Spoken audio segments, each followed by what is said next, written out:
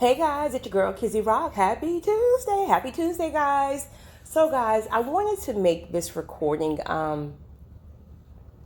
It just hit me in my spirit to make the recording. One of my chosen ones and I are going messaging back and forth in my last recording in regards to when grace is lifted. Listen, please hear me. Bless you, baby. Please hear me carefully. Please. If you're in a situation and you know God has called you into that assignment, whatever that assignment may be, you know we all have different callings and different assignments, right? But anytime God has placed you on an assignment, the grace will cover you. The grace will carry you through. The grace will give you all of the answers and energy and all that stuff you need. Not to say it won't be difficult, because it will, but you will have a supernatural strength to do everything that you need to do. But sometimes it's within a time frame.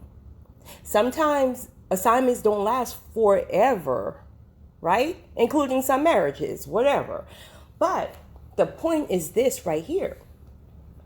Grace is such a beautiful thing because, again, if you ever know someone, and I hear it so much with myself from my on the personal level, but if you hear people always saying things like, I don't know how you could do this. I don't know how you get all this done, right? And I'm sure you guys hear that as well. It's because most times, or all times, if we're operating in spirit, it's grace. So I always tell people, be careful about wishing you had someone else's blessing, because you won't have the grace to carry it. You have the grace to do what you're called to do. So if I was to say, for example, take all of my assignments and what God is requiring me to do and give it to you for one day, it will literally crack your back like a lobster. Literally, because you're not designed, you don't have the grace to do it. Vice versa. If you give me, I'm not a mother. If you give me 20 of your children, right? I love children, so I'm good for about 2 days with them. But that second day, you got to come get these babies. I ain't got time. Come get your babies, or I'm putting them on the porch, point blank, period. Right? I just don't have that grace, at least not in this season. I don't have the grace. It stresses me out where my job doesn't stress me out, or my assignments don't stress me out like children do. So it's like we all have different grace for different things. And that's why some of you women, or not just women, I'm sorry, or my guys, if you don't have children, please don't allow people to make you feel as if you have to have children or you have to be married, because that just may not be a calling or an assignment for you in this season. If you notice, a lot of the times, the same people that's trying to push marriage on you or push certain things on you are the same people that is very unhappy in that area of their lives. So it's almost like, let me push it on you so I don't have to focus on me and my unhappiness. Honey, listen, think for yourself. This journey is yours and yours alone with our Lord and Savior. Don't follow this crowd. That's why most of them are unhappy and miserable, because they're following what society says. We all have different assignments. God uses us in different ways. So, here are some things that can happen when that grace have left you. And you guys, please feel free to add it in. My chosen ones in the comment section, if you've experienced some things. I'm just going to throw a few out here, things that maybe ping to the top of my mind, but I probably can give a whole notebook full of things, right? But let's just say, for example, you're in a marriage, or let's just say a relationship, whatever. You're dating someone, and you guys ever dated someone, I guess they could be considered to be a narcissist, or just someone who is really good at reverse psychology, meaning they're wrong the whole 9 yards, but they can flip it on you so much that you really start to believe it's you, and before you know it, you feel your mind just going back and forth, right? Well, if you're covered under grace for that assignment for a certain period of time, as stressful as that can be, God will keep your mind. He will. But honey, when God lift that grace and say, okay, your assignment is complete for whatever reason. Maybe that person is just not willing to do what God needs them to do, meaning the person that you're trying to help. Or maybe God have completed your portion of the assignment and then will eventually send another person in behind you to pick up where you left off. Some assignments we are not to see from the beginning to the end. Sometimes God would just put us in there for a particular thing. So when God says it's time to go, we got to go. Because what will happen is, if he's telling you it's time to go and you're sticking around for whatever reasons, your own fleshly desires, or just you feel like you're fearful and you just can't move, or you might have a soul tie or toxic empathy. Like, if God has been clear with you and tell you to move and you don't move, he's going to get tired after a while. He's going to remove that grace. And you know what's going to happen, or could happen once that grace is removed?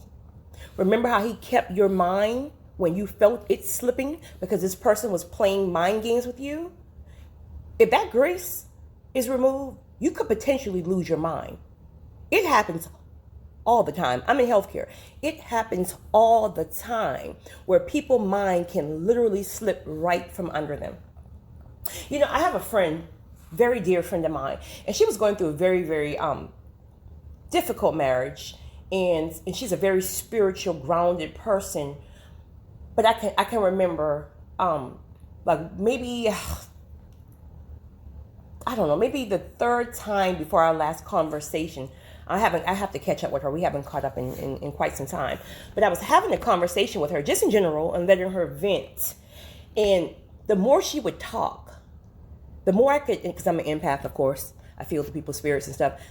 I could literally see her mind shifting. It's like the guy had already he played with her mind so much that it's almost like I could almost literally see, if she didn't have that grace, because she is, a godly woman, I could see in the flesh how her mind could have switched over in a matter of a second. And I remember when I left her house, I just started praying. I just started praying for God to cover her mind, right? I knew God would eventually bring her out of the situation, and he did. And I knew he would bring her out better than ever, and he did. But in that moment, I kept praying for God to keep her mind and keep that grace on her until she was ready to fully let go. So you got to be very, very careful. When God tells you to leave something or someone, you got to do whatever it takes to do it. That's why sometimes when God have told us to leave and we can't because our flesh is so involved, right? Then once God removed that grace, do you find it's so hard to leave?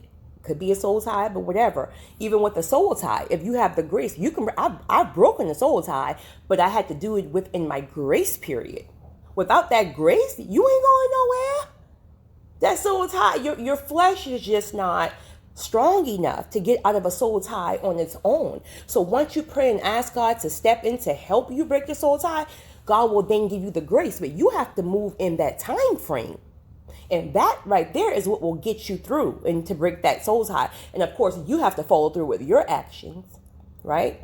All right, let's just say that God has been clear to you about he want you to leave a certain job for whatever reason, right? But because you're content and you're comfortable, or you feel like, well, I'm 57 now. So, and I'm just throwing it out there. I'm 57 now. So if I leave a job, who's going to hire me at 57, right? But God ain't asked you nothing about your age. Because if God tells us to do something, he has a plan behind it. He don't want us questioning our own little flesh, right? Because we do that all the time. I know I'm guilty. So God have, and the thing, what I've realized as far as me, once God nudges me, he don't stop nudging me, right? It keeps getting more and more intense. You try to ignore it. You try to ignore it, and it keeps getting more and more intense. Please be careful about ignoring those when he's reaching out to you. Please don't ignore them too long. Like, just kind of like, okay, God, I hear you, but I need a little bit more time, but I hear you. Well, he told you to leave this job. You didn't for whatever reasons. And 6 months down the line, they laid you off. Well, guess what?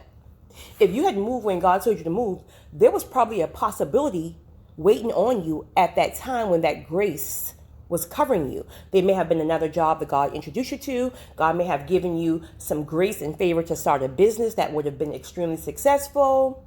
But once that grace is removed, you now lost that job, and now there's a possibility you may not be able to find another one, right?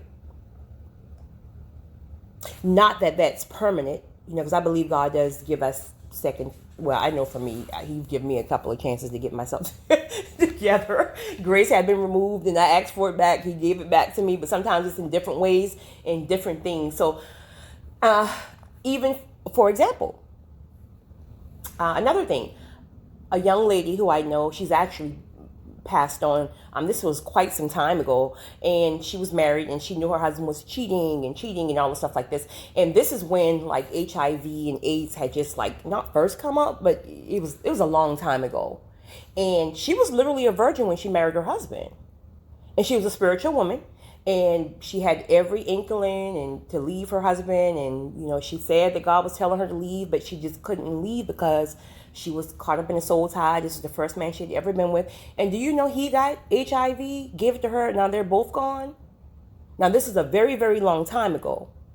But we still have to be very mindful that when God is telling us something, as hard as it is, we have to sit still to figure out, like, okay, God, I hear you. Yes, my flesh is not ready, but I gotta be mindful on how important it is to understand that when grace is removed, that means I'm not really obligated to be covered by you. So this is all in the flesh now, right? So I just want to, I don't want to like bring this somber mood, but I just want to like let you guys know how important it is.